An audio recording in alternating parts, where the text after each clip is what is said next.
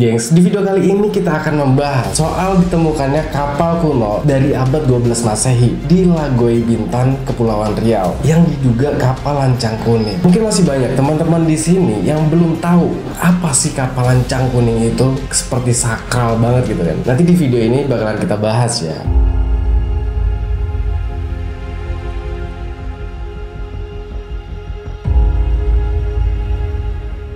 Terkait hal ini, Lembaga Adat Melayu tak percaya dengan temuan kapal lancang kuning di Bintan ini, gengs. Penemuan bangkai kapal kuno tersebut kemudian diteliti lebih lanjut oleh Badan dan Inovasi atau BRIN bersama arkeolog dari University of Napoli Oriental, Italia. Menurut Ketua Lembaga Adat Melayu Kabupaten Bintan, Datuk Sri Mustafa Abbas, tak percaya bangkai kapal yang ditemukan di pesisir pantai Nirwana Resort di Bintan ya, bukanlah kapal lancang kuning, guys. Menurut Datuk Sri Mustafa, kapal tersebut sudah ditemukan sejak tahun 2016, guys, dan bukan kapal lancang kuning. Nah, yang jadi pertanyaan, Ketua Lembaga Adat Melayu kan mengatakan kapal tersebut sudah ditemukan tahun 2016 gitu. Apakah kapal yang sama gitu kan, atau di tempat lain gitu? Sementara yang ditemukan saat ini lokasinya itu berada di kawasan resort gitu, guys. Menurut Datuk Sri Mustafa, kapal itu hanya kapal perompak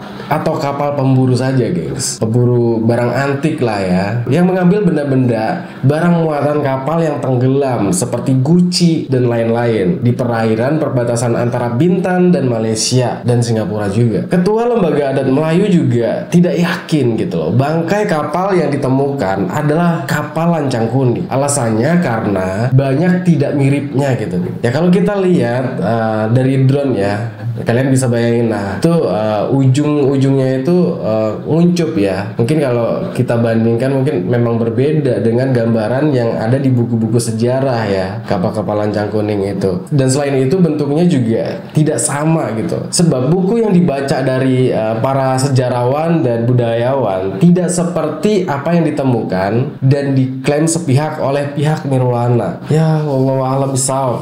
Kalau menurut gua sih, sebenarnya dari keduanya itu juga saling klaim sih ya. Karena gini, para arkeolog aja itu tidak bisa memastikan juga gitu, karena harus diperlukan penelitian yang disiplin ilmu gitu, gak gampang gitu apakah itu kapal lancang kuning atau bukan gitu kan. Jadi kita tidak boleh juga gitu menyimpulkan kalau kapal kuno tersebut adalah kapal perompak atau kapal lancang kuning gitu. Apa ada yang tahu gitu kalau kapal itu juga mungkin dulunya dipakai oleh raja-raja gitu kan. Melihat dari ukuran kapalnya itu sangat besar kan, kalau menurut gua ya sekitar 24 meteran gitu, hampir mendekati kapal-kapal lancang kuning yang hanya 18 meter. Hasil penelitian kapal kuno abad ke-12 Masehi yang ditemukan tertimbun di pasir di pantai kawasan Lagoy Bintan, Provinsi Kepulauan Riau itu cukup unik, gengs. Peneliti menemukan ada perbedaan teknik pembuatan kapal dibandingkan penemuan kapal kuno yang lainnya di Asia Tenggara gitu. Penelitian arkeologi BRIN Agni Mohtar menjelaskan, setelah dilakukan penelitian, kapal kuno yang ditemukan di Bintan pada tahun 2016 itu dibangun sesuai dengan sistem pembuatan kapal kuno gitu, khas Asia Tenggara gitu. Sistemnya disebut Lashet Lak Tambuku terikat, kata arkeolog. Namun berbeda, tim peneliti juga menemukan penggunaan paku logam dan variasi sistem tanggang duri yang sebelumnya belum pernah ditemukan pada kapal atau perahu kuno dari tradisi pembuatan yang sama. Saat ini penelitian terus berlangsung. Jadi jelas ya, gengs, apa yang dikatakan oleh Ketua Lembaga Adat Melayu yang ditemukan tahun 2016 itu ternyata berbeda ciri-cirinya dengan kapal yang ditemukan saat ini di Nirwana Resort. Jadi ada perbedaan. Seni pembuatan kapalnya gitu loh. Sampai saat ini penelitian terus berlangsung. Penelitian situs kapal kuno yang berjudul Land Shipwreck and Their Environmental Context antara Universitas di Napoli Oriental dan Pusat Riset Arkeologi Lingkungan Maritim dan Budaya berkelanjutan Ora Brasta BRIN ini juga mendapatkan beberapa temuan lain, terutama hasil analisa peneliti. Kapal kuno ini ditemukan pada masa abad ke-12 sampai ke-13 Masehi Hasil uji laboratorium menunjukkan bahwa kapal kuno di Lagoy berasal dari abad 12 sampai 13 Masehi, kata Agni. Penelitian lanjutan yang dilakukan sejak Agustus 2023 itu berhasil menampakkan bagian atas kapal untuk mengetahui ukuran panjangnya, yaitu 23,4 meter. Ini cukup besar sih ya, lebih besar lagi dari kapal Lancang Kuning gitu, dan lebarnya sekitar 6 meter gitu. Selama proses evakuasi, tim menemukan artefak dari dalam lambung kapal, terdiri dari fragmen keramik, kaca, dan benda logam menyerupai kunci. Analisis awal menunjukkan bahwa fragmen keramik adalah bagian dari pujian atau guandong ware. Selain itu, tim juga mengambil beberapa sampel kayu untuk pengujian pertanggalan dan tingkat kerusakan kayu kapal. Katanya saat ini kondisi kapal terawetkan dengan baik, gengs, karena terendam di lapisan pasir, sehingga tingkat kerusakan kayu terbilang cukup rendah. Biar lebih jelas, kita bahas apa sih kapal Lancang Kuning dan seperti apa bentuknya yang sebenarnya. Apakah benar seperti yang digambarkan di buku-buku sejarah, atau itu hanya ilustrasi saja dari para sejarawan?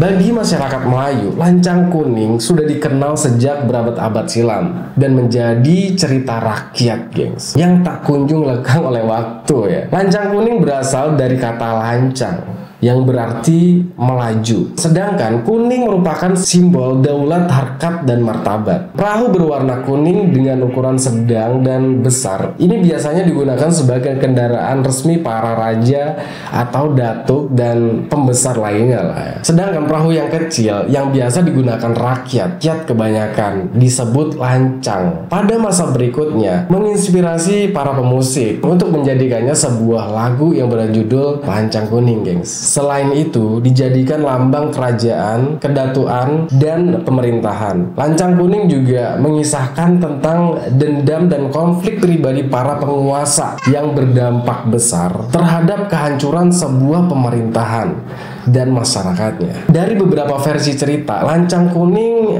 yang lebih mendekati kemiripan adalah yang terjadi di Bukit Batu, Kabupaten Bengkalis, Riau. Legenda yang menulis awalnya tidak diketahui alias anonim. Ini menceritakan kerajaan makmur yang diperintah oleh seorang raja yang bernama Datu Laksamana Perkasa Alim. Dia memiliki dua panglima bernama Umar dan Hasan. Ya, dua orang ini seperti bomo atau dukun lah sebutannya kalau di Melayu itu. Dukun yang berpengaruh lah ya, yang diangkat oleh kerajaan untuk menjaga keselamatan orang-orang besar di istana. Jadi gengs, kedua panglima ini sama-sama tertarik kepada seorang perempuan nih, perawan cantik bernama Zubaidah. Namun Umar lebih dahulu mempersunting Zubaidah. Hasan menjadi kecewa dan menyimpan rasa dendam gitu, dan dia berniat untuk merebut Zubaidah dari tangan Umar. Caranya, Hasan mempengaruhi Bomo agar ikut berkonspirasi untuk menyingkirkan Umar. Hasan menyuruh Bomo untuk menyampaikan kepada Datuk Laksamana bahwa dirinya, si dukun ini, bermimpi agar Datuk membuat Lancang Kuning untuk mengamankan semua perairan dari Lanun alias bajak laut. Lalu dibuatlah Lancang Kuning pada siang dan malam. Saat Lancang Kuning hampir rampung, Hasan dan Bomo menciptakan kebohongan baru, yakni Batin Sanggono telah melarang para nelayan Bukit Batu untuk mencari ikan di Tanjung Jati atas perintah Laksamana. Lalu Umar menemui Batin Sanggono di Tanjung Jati. Batin Sanggono membantah kabar itu. Umar sadar bahwa dirinya dibohongi oleh Hasan dan Bomo. Saat Umar dalam perjalanan pulang, Hasan merayu Zubaidah yang tengah hamil agar bersedia menjadi istrinya. Namun Zubaidah menolak. Siasat baru lantas dilakukan oleh Hasan dan Bomo. Lancang Kuning yang akan diluncurkan ke laut pada malam bulan purnama seolah-olah tidak bisa digerakkan meski didorong oleh banyak orang. Bomo menyarankan kepada Laksamana agar mengorbankan seorang perempuan yang sedang hamil tua. Laksamana meminta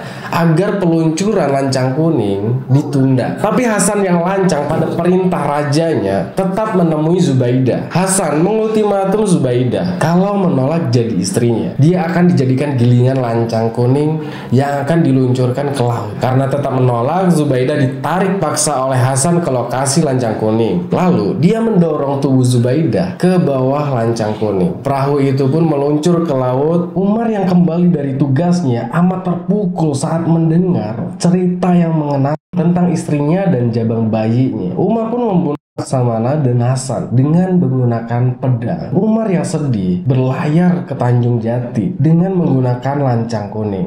Namun di tengah laut, lancang kuning dihantam ombak besar dan angin topan. Lancang kuning pun karam dan Umar tewas. Kejayaan-kejayaan kerajaan Bukit Batu pun musnah. Legenda lancang kuning ini menjadi pelajaran berharga bagi masyarakat. Sepertinya ada beberapa versi legenda kapal lancang kuning ya gengs. Nah, ini ada lagi lancang juga ditulis sebagai lancang atau lanca. Adalah jenis kapal layar dari Kepulauan Melayu. Ia digunakan sebagai kapal perang, kapal angkut, dan sebagai kapal kerajaan. Utamanya digunakan oleh orang-orang dari pantai timur Sumatera, tetapi juga dapat ditemukan di pesisir Kalimantan. Namanya berasal dari kata Melayu, lancang, yang berarti cepat. Pada abad ke-20, lancang digunakan oleh negara-negara Melayu sebagai kapal kargo. Di pantai Sumatera digunakan oleh raja-raja Melayu sebagai kapal negara. Kapal kerajaan ini didedikasikan untuk melayani para roh. Juga disebut kapal hantu, gengs. Dia akan dimuat dengan persembahan dan saji-sajian, kemudian dilarungkan untuk mendamaikan jin di laut di Sumatera dan Kalimantan. Lancang memegang peranan penting dalam upacara-upacara panen, dan perahu-perahu ini kadang-kadang dipergunakan dalam upacara-upacara persembahan kepada Tuhan. Pada bagian depan perahu kadang-kadang dipahatkan kepala naga sebagai suatu kekuatan yang menjaga keselamatan manusia gitu. Gimana menurut kalian, guys? Ya mungkin ini aja untuk pembahasan video kali ini. Thanks buat teman-teman yang udah mampir. Kita lanjut diskusinya di kolom komentar. Assalamualaikum warahmatullahi wabarakatuh.